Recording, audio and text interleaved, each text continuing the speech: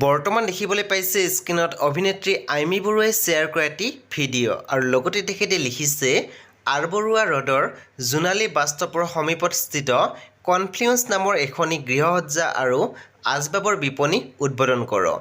আপন ঘৰখনক সুন্দৰকৈ সজাই তুলিবলৈ প্ৰয়োজনীয় সকলো ধৰণৰ আচবাব উপলব্ধ বিপণীখনৰ সৈতে আপোনাসবক যোগাযোগ কৰিব পাৰে।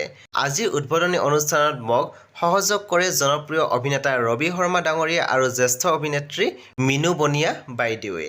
বন্ধু বান্ধৱীসকল অভিনেত্ৰীগৰাকী তাত উপস্থিত থকা অকণমান দৃশ্য শ্বেয়াৰ কৰিছে নিজৰ ছ'চিয়েল মিডিয়াত। আপোনালোকে স্ক্ৰীনত দেখিবলৈ পাইছে।